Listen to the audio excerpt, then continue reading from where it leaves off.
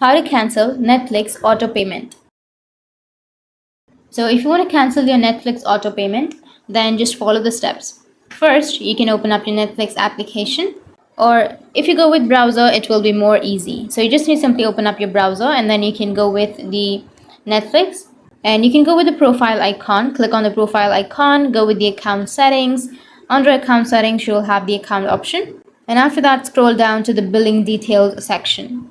And under billing details, you can click on the cancel membership. Once you cancel your membership, then your auto payment will be deleted or removed. But if you don't want to cancel your membership, you can simply go with the billing details option.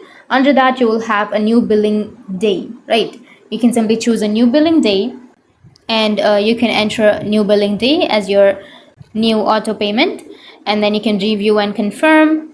But changing the billing details or canceling your membership is the same thing. So you can simply go with restart membership if you want to restart your membership, or you can simply go with cancel membership.